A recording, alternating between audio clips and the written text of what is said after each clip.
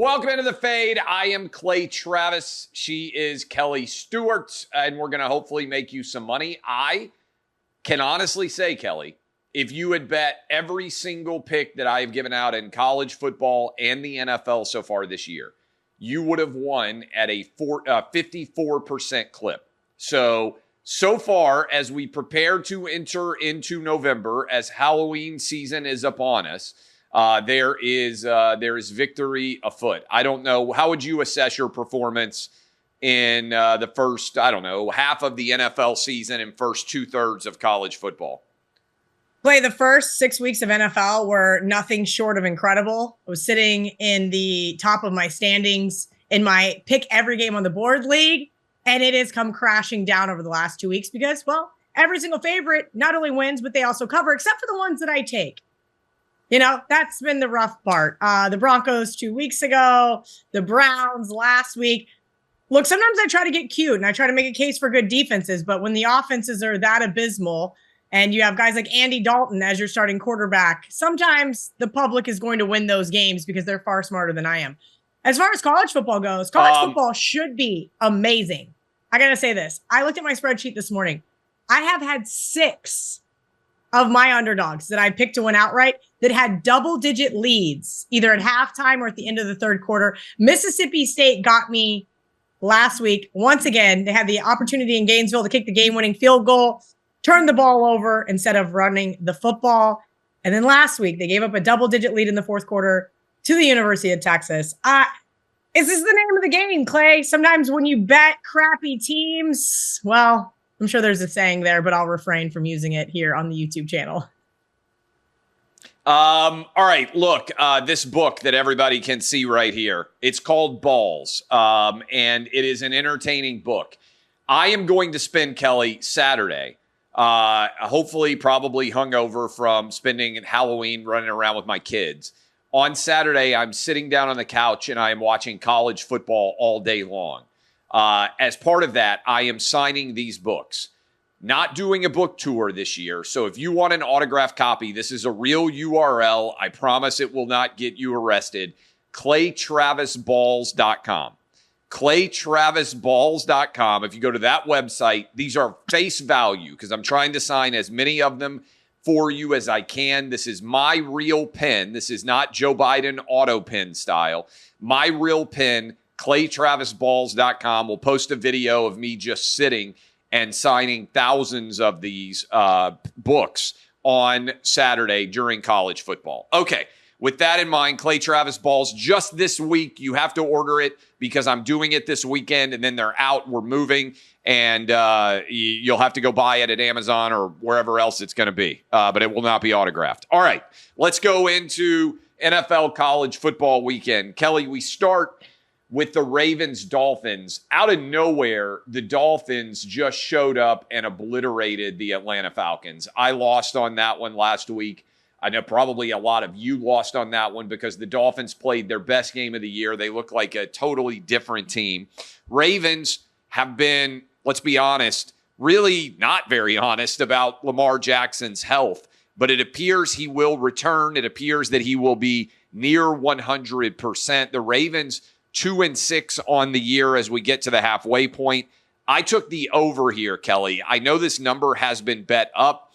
I don't think the Dolphins are going to be able to hold back the Ravens. I haven't been that impressed with the Ravens defense overall. I think down in South Florida, good weather should be there. I know usually there's not a lot of points scored on Thursday Night Football, but I'm making the exception here. I'm on the over. Do you have a read? We're taping this, by the way, Wednesday morning of game week. I'm going to be on the road in Chicago for a Radio Hall of Fame induction ceremony for my boss, Julie Talbot. I think Colin Cowherd's also going to get inducted, so I'll see him too. So I will be out of town in Chicago for a couple of days while we're taping early. Do you have a read on the Thursday edition, Thursday night game? Wait, I got the best of the number last week when Lamar Jackson was playing, and then I subsequently had the worst of the number when we found out it was going to be Snoop Huntley. That's okay. It didn't matter because they looked very serviceable. And the week that I bet the Ravens hand up with Cooper Rush, I thought it was going to be Snoop Huntley. So you're right. This has been kind of this quarterback carousel with the health of Lamar Jackson that is very infuriating. I do think this is a great spot to tease Baltimore, albeit the high total. But I have to agree with you here. It's over or pass for me. This Dolphins defense is bottom 3 in the NFL in EPA per dropback and passing success rate allowed.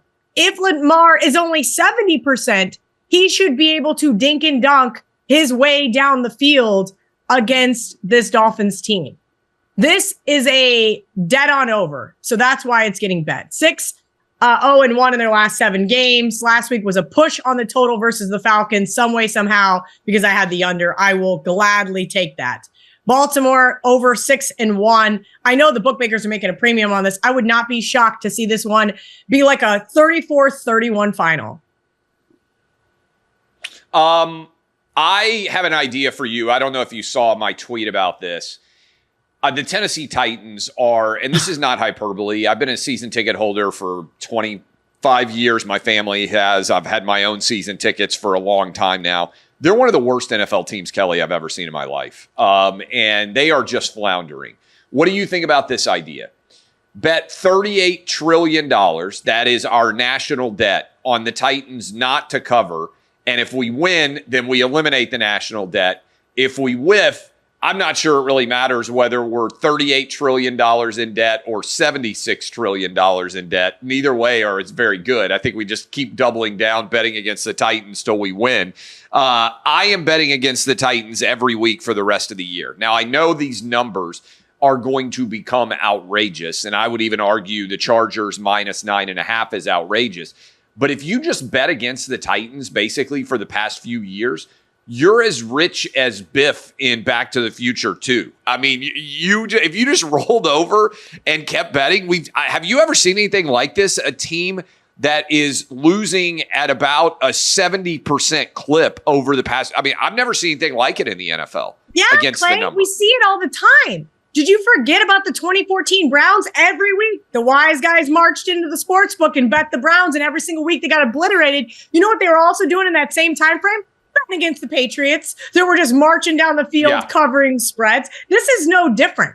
I'm going to put my hand up. Last week, I wanted to bet the Colts. I said, I'm not going to do it. It's too many points. And what happened? The Colts just absolutely obliterated them. And more of the same here for this Titans team, who has not covered their last 7 games in Nashville.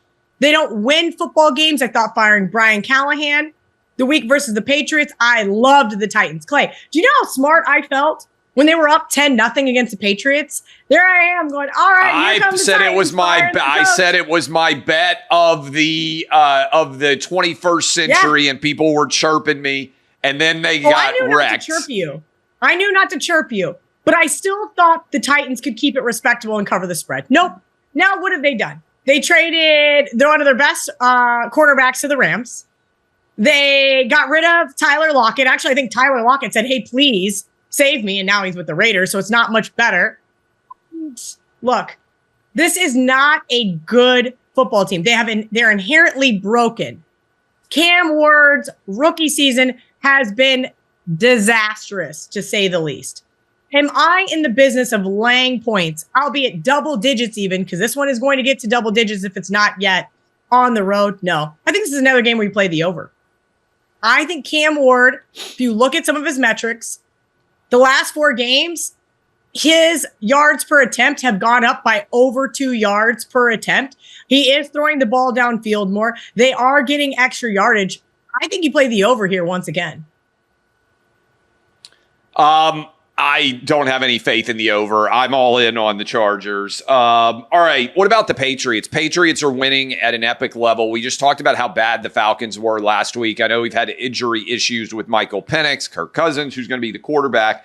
I'm just going to keep rolling with the Patriots. Drake May has been, Kelly, I think actually not getting talked about enough. It's sometimes surprising to me which quarterbacks get attention and which don't.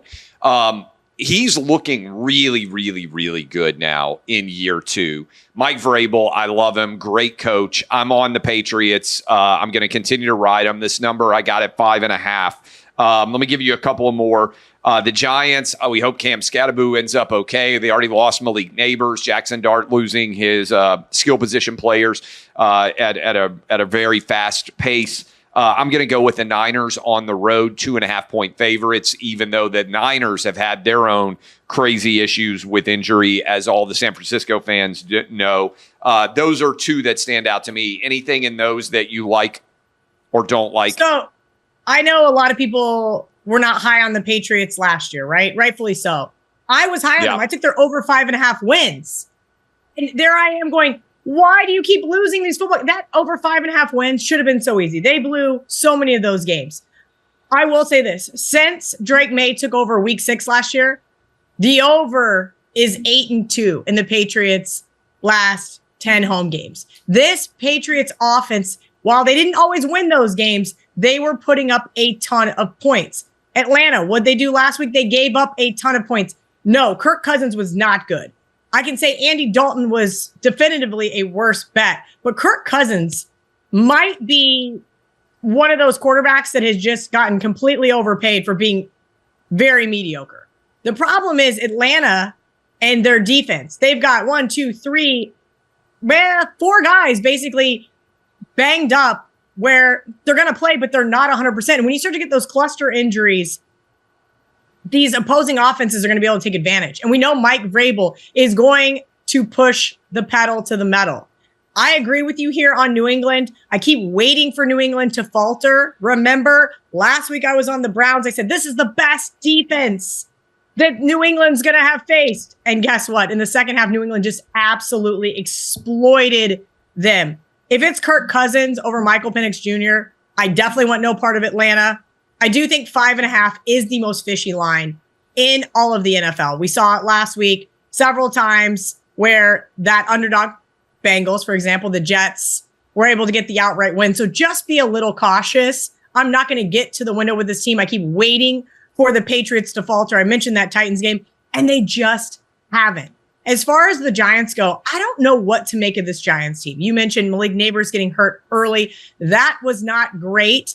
But now that Cam Scatterbo and kind of giving them that two-headed monster between Jackson Dart and him being so close, Jackson was like on his hands and knees. You could lip read. You could read exactly what he said. He was obviously like, this is not good for our season. And that does concern me about this Giants offense. Yes, running backs can be plug and play. I don't think Cam Scatterbo is plug and play. I think the Giants offense is going to start to sputter. I'm not that high on San Francisco. We talked about cluster injuries. This team has been banged up. Houston, lone bright spot there the other morning. In San Francisco, while they looked awful, the Texans just tried to give that game away. It was just really not one of those great spots. Now the Giants are home dogs. They're 4-2 in their last 6. I think that the injury to Cam Scatterbo is a little overblown. I wouldn't be surprised if the Giants win this game. I'm going to use the Giants in teasers because I'm a little gun shy after the last couple of weeks. Your Broncos got into a shootout. The offense suddenly under Bo Nix seems to be thriving. It started actually against the Giants, where out of nowhere in the fourth quarter, they put up all those points. I'm on the over in this game against the Texans. The number has kind of crashed down a little bit. I'm curious what you think about that. And then in what I think is the best game of the weekend, Chiefs-Bills. I mean, come on. The Bills are the underdog at home. The Chiefs seem to have righted the ship a bit. They are sitting there at 5-3. Bills, this could be certainly a rematch of a playoff or a preview of what has often been a playoff matchup over the past several years. Do you like either of those sides? Anything else that stands out to you in the NFL? The Broncos were my bright spot on Sunday afternoon. I love them in that spot laying 3.5, and they just absolutely dominated Dak Prescott and the Cowboys. That was great. Now they go on the road to Houston, catching 1.5. I think this is a really fishy line. You mentioned the over here. The reason why it's come down is because every single week, the wise guys keep betting the under. Last week, I do a show with one of the bookmakers at the Superbook there in Las Vegas, and he said, man, we need this over. And I was like, since when do you guys need an over? Well, this is probably another over they're going to need. Texans, while I don't really trust them laying big points, laying a small line like this looks really intriguing to me. I think the whole world's going to want to tease Denver. No Patrick Surtain. Once again, he is by far the most impactful defensive player for that Broncos team. I do think that we'll see Stroud have another good game. Last week, 30 of 39, 318 passing yards, 2 touchdowns. It is going to be easier without Denver's best player on the field on the defensive side of things. I think this is going to be a really close game. Would not shock me to see, 21-17 final. I think you lay it here with the Houston Texans. And you mentioned the best game of the week. This might be one of the best games of the year, Clay. I'm so excited for the Sunday night football game. Unfortunately, I'm going to be on an airplane, but at least it'll give me something to do. But this is, since 2021, this is 2 teams that have met 8 times. 4 in the regular season, 4 in the playoffs. The NFL knows what to do. They want butts in seats and they want eyeballs on TVs. And this one, everybody's going to be glued to. I'm going to take the Weasley way out. I'm just going to tease the Buffalo Bills. They're not losing this game at home by more than a touchdown. They came off their bye week 2 weeks ago. They just went to Carolina, handled business. Chiefs yet again struggled. I don't care what the final score was. They struggled offensively. Patrick Mahomes turned the ball over. One was his fault. One was Travis Kelce's fault. They still have kicking woes. I like Buffalo in this one. All right. Anything else NFL, or do we dive into college football here? Yeah, all right. Let me give you a few that I love. Yeah. Oh, tell me. I was just going to say, I could probably make a case for Monday Night Football to lay it with the Dallas Cowboys here. I know that Arizona has owned the Cowboys in the last 8 meetings, but I got Dallas circled. I know it's early in the week, but definitely keep an eye on the Dallas Cowboys in what I would call a buy low spot on Monday Night Football. Let me hit you with this as we go to college football. I believe this is a Halloween night game, meaning Friday night. I love the under in the North Carolina-Syracuse game. It feels to me, I know Bill Belichick, the Carolina sitting at 2-5, and they haven't had any kind of measure of attention or success. But the past couple of weeks, they went on the road against Cal and had pretty good success shutting down, to a large extent, Cal's offense. They should have won that game. Arguably, they should have won the game against North Carolina. North Carolina should have won the game against Virginia. Went into overtime. They went for 2, but they shut down a pretty high-powered Cavalier offense there as well. I love the under in this game. We know Syracuse got issues at quarterback. I think this is going to be a 17-14 style game. That UNC will have a chance to win again late. This is what I expected to see when the season started. I didn't think UNC would be very dynamic offensively, but I thought as the season moved that they would have a very good defense. They'd be more disciplined. He would put them in positions where they would be stout, and we're starting to see that a bit. So I love the under in that game. Yeah, I have North Carolina circled. I'm not sure I love this North Carolina team enough to put money on it, right? They are on a 4-game losing streak, but they've now covered, as you mentioned, against Cal and Virginia, which tells me their trajectory is starting to go back up. Syracuse, on the other hand, 4-game losing streak, and everything is kind of starting to bottom out. They lost those 4 games by an average of 22.5 points per game.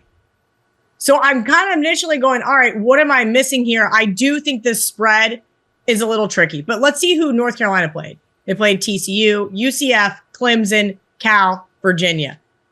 Syracuse, while I want to say impressed me a couple of different times this year, the reality is they didn't. I think the level of quarterback play that North Carolina will see from Syracuse is nothing like what they've already seen to start this year. I think North Carolina looks like that underdog that I want to get involved in early on in the week, Friday night, kind of one of those Friday night underdog specials that we've been seeing all season long. All right, let me hit you with some of the big games. There's not as many big games. My blood bank guarantee, I'll go ahead and tap the veins here.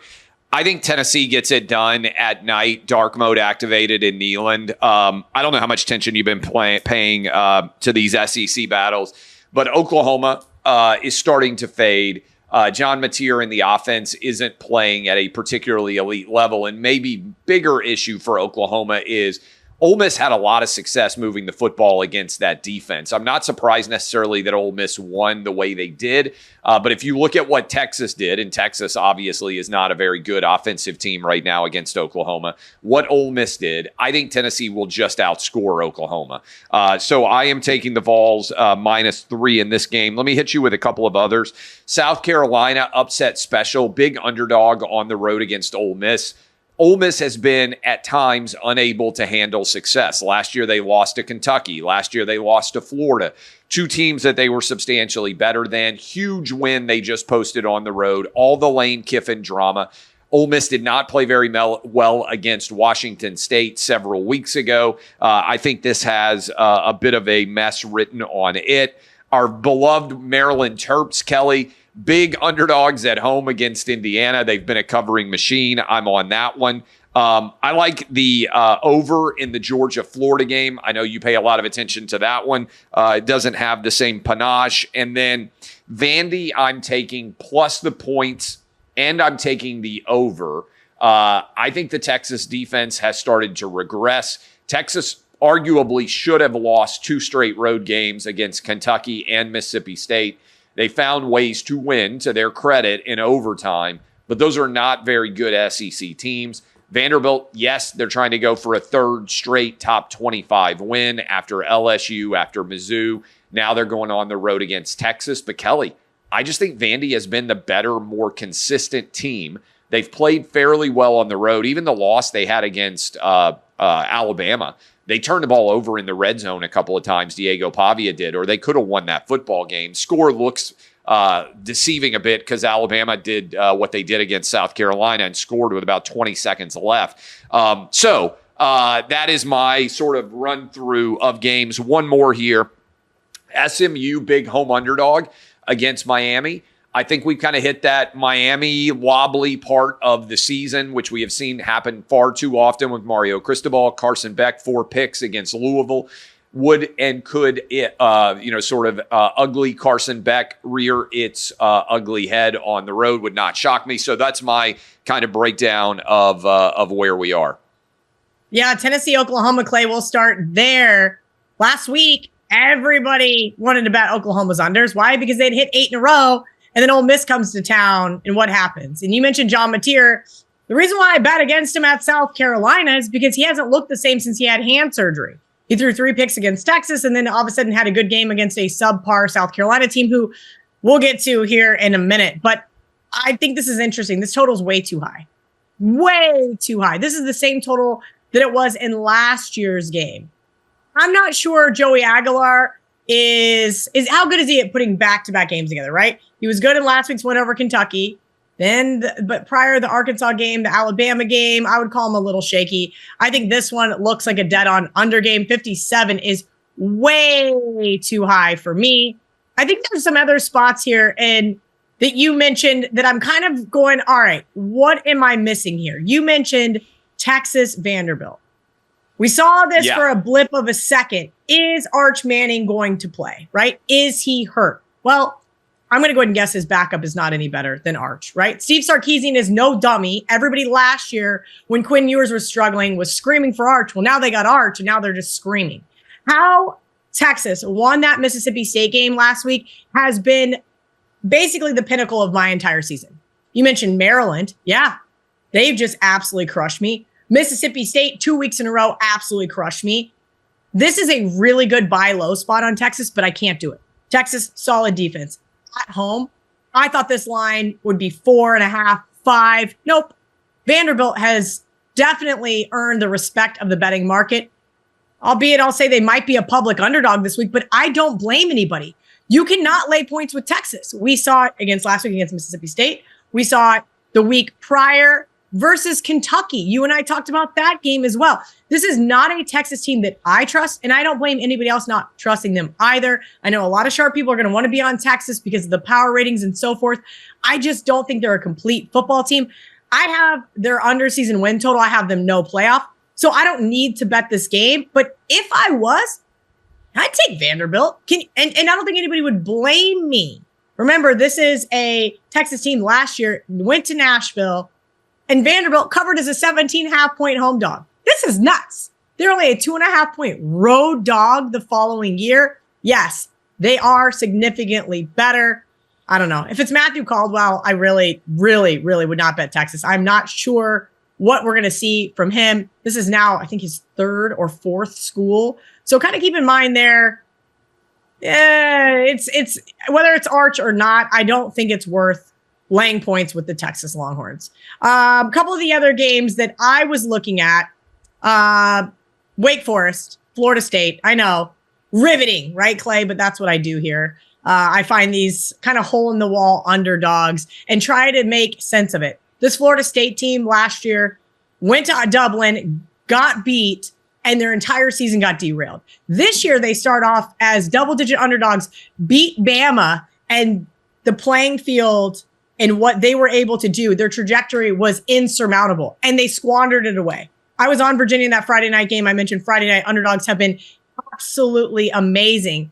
This is a Wake Forest team, though, that I've got to figure out if they can win outright. And I think they can't, because when you have two quarterbacks, you have no quarterbacks. And they've been kind of going back and forth between Purdy and Ashfield, and that bothers me. But what I do like is teams like Wake Forest taking a win like they won last week and catapulting their season.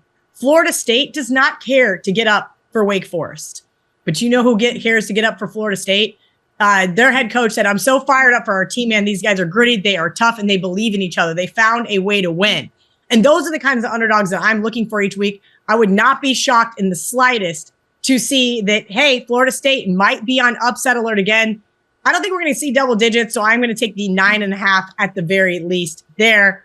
My Kansas State Wildcats off a really nice outright underdog win, Clay. I know most people don't want to hear about this, but I think they catapult that win at the University of Kansas back home, 2:30 kick against Texas Tech, a team that they have absolutely owned. Remember last time Avery played this team, 5 rushing touchdowns. This is too many points. Yes, Morton is a good quarterback. Yes, I have Texas Tech 12-1 to win the Big 12. I almost don't want K-State to win this game. I'm almost like, maybe we can just cover the 8.5. Texas Tech wins, gets into the Big 12 championship, ideally, and I get to cash that 12-1 ticket. Fandom is funny like that when your allegiance is to your bankroll. Another one that is on my radar, Cincinnati, Utah. First time these two are playing in the Big 12. And since losing to Nebraska week 1, Cincinnati has been one of the hottest teams in college football. 7-0 straight up, 5-2 against the spread. And no one is talking about this team because their name is Cincinnati. Utah. Last Saturday night, most of us were in bed because the game kicked off at 10:30. Utah lost to BYU, then just absolutely obliterates Colorado 53-7. I think that's kind of built into this number here, and I think it's a really interesting line. I am appalled that Kyle Whittingham would possibly be laying almost double digits here at home. I know they've had issues in the past because of the Cam Rising issues, which are no longer an issue, but I'm not sure Utah is back just yet. Cincinnati is gritty. I like this team. I think it's too many points.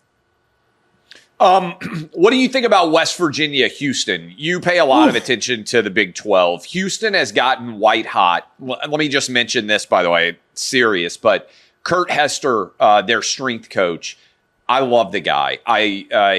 Way back when I did training for the NFL Combine, for those of you who remember that back in the day and wrote all about it, Kurt Hester was the trainer of all of these different guys when they came out of college and started getting ready for the NFL. He's trained people all over college and NFL worlds, and he passed, and he was with Houston. So I love Kurt. I love his family. He's just an awesome guy. West Virginia, not very consistent. Do you buy Houston as a contender to be in the Big 12 title game? They're big favorites here, right around 2 touchdowns. How would you break down the Big 12 race right now? Because obviously BYU is undefeated. Texas Tech has the one loss close on the road against Arizona State. Arizona State has been a bit of a mess. Utah, you mentioned, but Houston, I would say, is in the top 3 most likely. In fact, I was going to pull up the odds and see what the title odds look like in the Big 12 right now, because the road for BYU is really, really difficult. They have to go on the road and play some of the most difficult teams in the Big 12. So I think the idea of them being undefeated is frankly a pipe dream. What do you see here? Do you buy? And by the way, Houston is the 5th most likely team to win the Big 12 right now. Texas Tech -130, BYU about 4-1, Cincinnati 5.5-1, and then a big drop all the way to Utah at 16-1. Yeah, look, shout out to Houston. They got the outright underdog win for me last week at Arizona State. And I mentioned Willie Fritz. He's about to do it again, performing miracles wherever he goes. This Houston team was awful. They brought in Dana Holgerson from West Virginia after he got fired, and it was just abysmal. Willie Fritz turned Tulane around. Now he's turning Houston around. So shout out to him here. And I think this is a kind of top 25 defense that nobody's talking about. A lot of the Big 12 isn't being talked about. And frankly, we'll see how many teams get into the playoff. I'm guessing probably 2. And if they end up getting smashed like they have historically, then we'll know why they weren't being talked about. But West Virginia, you can't back this team. They've lost 5 straight.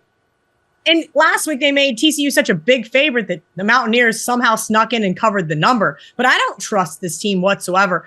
I would wonder if this is a flat spot for Houston coming off that big win, but then they turn right around and they don't play anybody else. This isn't like they have BYU on deck, right? They have UCF. So they play West Virginia, UCF, TCU, and then Baylor to finish the season. I don't think they get caught looking ahead. I don't think there's any reason not to keep the momentum up. Again, really well coached in Willie Fritz. As far as the Big 12 goes, Clay, I said this to start the season. I said this couple of weeks ago. I think the Big 12 conference is still wide open. You have, as you mentioned, BYU undefeated in conference play, Cincinnati undefeated in conference play, Houston's 4-1, Tech is 4-1, and then you got a whole bunch of guys, Utah, Arizona State, K-State, TCU, all sitting there kind of waiting in the wings at 3-2. Some upsets are going to start happening as the end of the year happens. I think BYU will not be sitting on top of the standings. If I had to pick right now who was going to be in the Big 12 title game, I would say Texas Tech, Houston. One more. First of all, by the way, I'm wearing my Fayetteville shirt in support of the awful season that the Arkansas Razorbacks fan base has had to deal with. I think you guys finally get an SEC win against Mississippi State, who I also... Boy, I have a lot I mean, Mississippi State has just found ways to lose games, Kelly, that I know they beat Arizona State late on that improbable touchdown, but against Tennessee, against Texas, both UTs have come into Starkville and broken fan base hearts there. This game kind of jumped out at me. Southern Cal at Nebraska, and USC is nearly a touchdown favorite. That one stood out to me, and it could have major implications. Another one here, Georgia Tech, NC State. NC State 4-4 hasn't been great, but Georgia Tech is 8-0 and rolling right now. And one more that I don't think are going to get a lot of attention, but could have playoff implications. Virginia at Cal +4.5. We mentioned UVA. The way the ACC is set up, UVA is still undefeated in the ACC, Kelly, even though they lost to NC State because it's not counted as a conference game, which is crazy. But so my point on that is you could end up, let's say, UVA against Georgia Tech in the ACC championship game, and Miami, even if they won out, if those two teams kept winning, would not be able to play in the ACC championship game, even at 11-1. I don't know that a lot of people are paying attention down the line to how that could shake out. But does it surprise you? That line seemed fishy to me. I haven't seen enough from USC to suggest that they should be nearly a touchdown favorite on the road in Nebraska. And trust me, Cornhusker fans, I know you guys never win games that matter for like 25 years running now. So I understand the skepticism. I bet on Nebraska against Michigan earlier this year in Lincoln, got burned. Do those numbers, any of those kind of stand out to you and make your eyebrows go up a little bit? Yeah, of course, Clay. I'm all over Nebraska. I don't know if they can win. And as I mentioned, what I'm looking for every single week is who can win. And I bet against Nebraska last week because I said, you cannot lay points with this Nebraska team. We do not trust them. Matt Rule to Penn State's a done deal, or at least that's what I was told on Twitter, right? You hear all of these rumors and it goes into the market. And guess what? Doesn't mean it's true. I think this is a really interesting game, mainly because USC, when traveling to the Eastern time zone, what happens to them? Oh, yeah, that's right. They're 1-8 in their last 9 games. Give me a freaking break here. This team is not to be trusted. This team cannot be someone that you can lay your hard-earned money on. And that's just how I ultimately feel about them.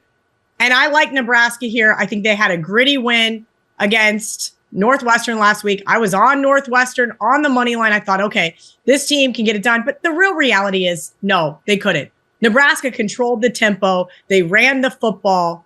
I think Nebraska can do the exact same here as a home favorite. Lincoln Riley, 9-21-1 against the spread as a road favorite. 3-12 as a road favorite at USC. Are you kidding me? No one wants to bet this team going east with a Husker defense that got 16 sacks in their 2 losses this year. I think the Cornhuskers are able to get the win here at home. They're probably going to make my 3-team underdog parlay. Again, I got to trust them to actually win the game outright. You mentioned Mississippi State, Arkansas, though, and I want to go back to that game. What?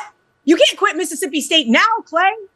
Since week 5 of last season, they are 13-3 against the spread, 8-3 in the SEC. And you want to lay points with Arkansas, who has lost 6 straight and blew a nice opportunity to win last week against Auburn at home. Nope, I'm not doing it. I like Mississippi State here. Arizona State, Tennessee, A&M, Florida, and Texas is who Mississippi State has run and gun with all season long. I think that they take out that frustrating overtime loss to Texas out on the Razorbacks here. That is not a team that I want any part of right now. Georgia, Florida, you mentioned. You can't take Florida here, can you? I mean, let's just be real. I've been to this game several times, and every single time we think it's going to be different and Florida's going to win. Yeah, well, there's a reason why Billy Napier got fired prior to the bye week. Yes, that does bode well, but you think an interim head coach is somehow going to get this Gators team who had national championship hopes to care about this game? I don't think Georgia is going to show any mercy. This is a tough one. I know that Florida looks rather intriguing. I just cannot do it. That's why I took the over. I really think that a lot of this number, and look, I could be wrong, could end up being 21-3, but the Georgia defense hasn't been very good. I think this number is reflective of what Kirby Smart teams have looked like historically, not what this team has looked like. They've given up a lot of points in games, even when they've won. I think the Florida defense, to your point, is likely to not play great in this game. And the interim coach factor and everything else is certainly hard to analyze. And we've seen it go both directions when a coach gets fired. I mean, Penn State goes out and loses to UCLA as a 27-point favorite or whatever the heck it was, is probably the best example of this. But I like the over because if Florida plays well, I think that it means DJ Glagway plays well. They score more points. And if Georgia plays really well, I mean, they could hang 40 plus by themselves on Florida, and it wouldn't make me be totally surprised. And this line felt fishy to me. Florida's very talented, but at some point you have to start to look at the results and stop just saying, okay, this Gator team. By the way, I mentioned Mississippi State, tough loss, also a tough loss at Florida in that game as well. Okay, Kelly, anything else that stands out to you in the college football slate? Yeah, let me look and double check that we didn't forget any of these underdogs that nobody really cares about. I mentioned K-State. Did I mention K-State? I think we talked about K-State a little bit there. Yeah, you did mention K-State. Yeah. Cincinnati, Utah, Nebraska. There's a couple of really underdogs. I'm not going to be able to make a case for Colorado. I wrote them down early in the week. And there are just teams that at a point in time just start to quit. You mentioned SMU. They were on my long list. But I do think this Hurricane defense is going to be able to get the best of them. Sometimes those gut-wrenching losses turn into 2, and that concerns me about SMU. Rhett Lashley being named possibly as a head coach at a couple of different places. I've heard Oklahoma State. I've heard Arkansas. So don't be shocked if maybe that team kind of, well, won't call it quits on the season, but does not live up to the hype, especially this weekend against a Miami team who may want to take out some angst. As you mentioned, it's going to be a really tough road for them to win the ACC now. Boston College can't do that one either. There's just so many dogs that starting to get into this first week of November where they're going to start playing for bowl games, right, Clay? And so we want to look for those teams to hit that 6 win. Playing in a bowl game is really important for some teams.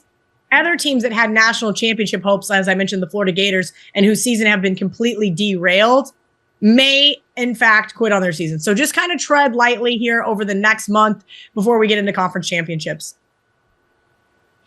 Outstanding stuff as always, Kelly. We will be back next week. I believe, as I look at my calendar, that the answer is we will, although I will be up in New York.